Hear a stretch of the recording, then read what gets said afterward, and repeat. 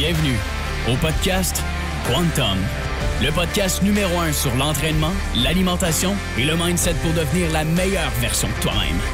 Sans plus attendre, voici votre hôte, Jacob Hamel. Salut tout le monde, bienvenue au podcast Quantum. Cette semaine, on va parler des fameuses calories. Les calories, on dit que tu as besoin d'un surplus calorique pour gagner de la masse musculaire, tu as besoin d'un déficit calorique pour perdre du gras, il ne faut pas que tu manges trop de calories, il faut que tu manges trop de calories, il faut que tu manges beaucoup de calories.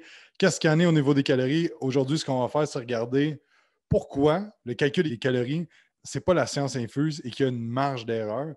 Et ça, c'est de quoi que j'ai appris à travers Precision Nutrition. Je trouvais ça vraiment intéressant. Et c'est ce que je veux vous partager aujourd'hui. Fait qu'on va commencer avec le problème, avec les calculs de calories. Puis après ça, nous, comment on utilise cette marge d'erreur-là. Ensuite, comment on l'applique avec nos clients. Puis comment on fait en sorte que nos clients aient des résultats, même si c'est une méthode qui est imprécise. Donc, il faut comprendre que la première chose avec les calories, c'est que si on prend un bac de pommes. Je prends des pommes. Je peux avoir une pomme qui va être à 83 calories et je peux avoir une pomme qui va être à 116 calories. Donc, au niveau de, même si la grosseur est sensiblement la même si tu manges 100 grammes de pommes d'une sorte de pomme puis d'une autre sorte de pomme, une pomme du Québec, une pomme qui vient de, je sais pas moi, de Floride, whatever, la teneur en calories va être différente dépendant où est-ce que la pomme a poussé. Le sol, il y a tellement de facteurs. Donc, ça, c'est la première affaire. Tu peux avoir, tu vois, dans le fond, ici, des études qu'il y a une tomate qui était à 23 calories, une à 49. C'est ça, les pommes de 83 à 116, les carottes de 37 à 61 calories. Puis c'est la même grosseur, c'est la même affaire. Donc, déjà là, si tu as un orange de Floride, un orange de Californie, un orange du Québec, il y a 50% à peu près de marge d'erreur au niveau des calories. Première affaire. Deuxième chose, l'absorption. Donc, il faut comprendre que différentes personnes vont absorber de différentes façons. Donc, il faut comprendre que, par exemple, des noix, ça va être, il y a juste un certain pourcentage de ces noix-là qui vont être absorbées. Contrairement à, mettons, une mangue, il estime 10% de calories qui vont être plus absorbées avec une mangue, des black beans, 15% de plus, des pistaches, 95% de moins. Donc, il faut comprendre que l'absorption aussi de ce qui est écrit sur le pot de ton aliment, il y a un 10% d'erreur à peu près. Donc, encore une autre chose qu'il est à prendre en considération. 10%, ce n'est pas énorme, mais quand même. La préparation, ça a un énorme changement au niveau de la teneur en calories. Donc, si tu te dis, ben moi, je vais manger un steak c'est 196 calories. Si tu le fais cuire sur le barbecue, il va devenir 240 calories. Donc, il y a une augmentation de 22% au niveau de tes calories de ton steak. Donc là, ça fait quand même une bonne marge d'erreur. Une patate, tout le monde dit couper les pipes et pas de patate. Ça n'a pas rapport. Sauf que l'affaire, c'est qu'une patate, si elle est cuite, qu'elle est cuite vraiment beaucoup, encore là, si tu as fait cuire al dente ou vraiment cuite, il peut y avoir une augmentation jusqu'à 90 calories de différence, donc à 91% d'augmentation. Un œuf, si l'œuf n'est pas cuit beaucoup, il va être pas mal à 50-60 calories, mais quand il est cru, il est à 47 calories, puis quand il est cuit, qui bouillit dans le fond un œuf cuit dur, il peut augmenter jusqu'à 74 calories, donc de 35% d'augmentation. Donc, celle-là, on est rendu quasiment à 90% de marge d'erreur qu'on va avoir avec les calories. L'autre point qui est un peu plus spécifique, c'est l'individu et sa génétique. Donc, il faut comprendre qu'il y a beaucoup de choses qui vont affecter le nombre de calories que tu vas absorber. Donc, tu as beau manger 1000 calories, est-ce que tu absorbes 1000 calories? Ça, c'est dur à savoir. Donc, il va y avoir un impact du microbiote, la santé thyroïdienne peut avoir un impact, la sensibilité à l'insuline, la gestion du stress aussi, on en parle souvent dans nos trucs, c'est vraiment primordial de ça. Il faut comprendre que les bactéries dans l'intestin vont affecter les calories. Et ça, c'est intéressant puisqu'ils ont fait des études avec des rats. Puis il y avait un rat il y avait deux types de rats. Il y avait des rats qui avaient beaucoup d'un certain style de bactéries dans l'intestin, qui avaient implanté dans leur intestin, puis l'autre qui ne l'avait pas. Et ce groupe-là, dans le fond, qui avait les bactéries, mais il absorbait environ 150 calories de plus par jour euh, que l'autre groupe. Donc, le même nombre de calories qu'il absorbait, qui mangeait, en fait, il y a un groupe qui en absorbait 150 calories de plus à cause au niveau de sa flore bactérienne. Et ça, il n'y a pas vraiment de moyen de savoir ça. Okay?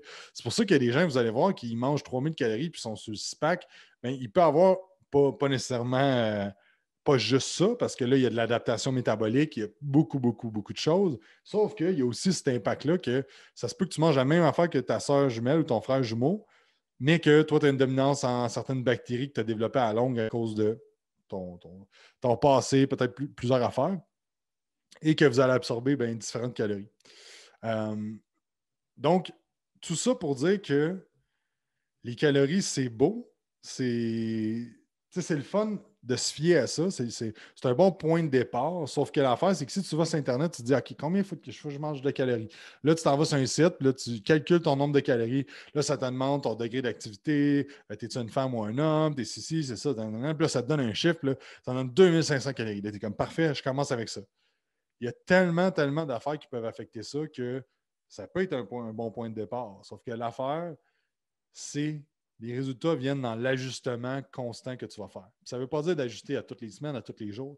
C'est d'ajuster quand on voit que les résultats ne s'en vont pas dans le bon sens. Parce que ça fait 13 ans que je coach des gens, puis j'en ai essayé beaucoup de choses avec les gens. Mais une chose qui revient, c'est que le premier plan que je donne à un client, le premier plan d'alimentation que je donne, c'est un test. Est-ce que je vais probablement être pas loin, mais ce n'est pas la vérité absolue. Donc, puis après ça, c'est de l'ajustement. Peut-être que, OK, crime, tu ne manges pas assez ou tu manges trop, ou on voit que, on t'a donné ça, tu as faim tout le temps, ton sommeil est affecté, tout ça. Alors, clairement qu'on va augmenter certains macronutriments pour bouger tes calories.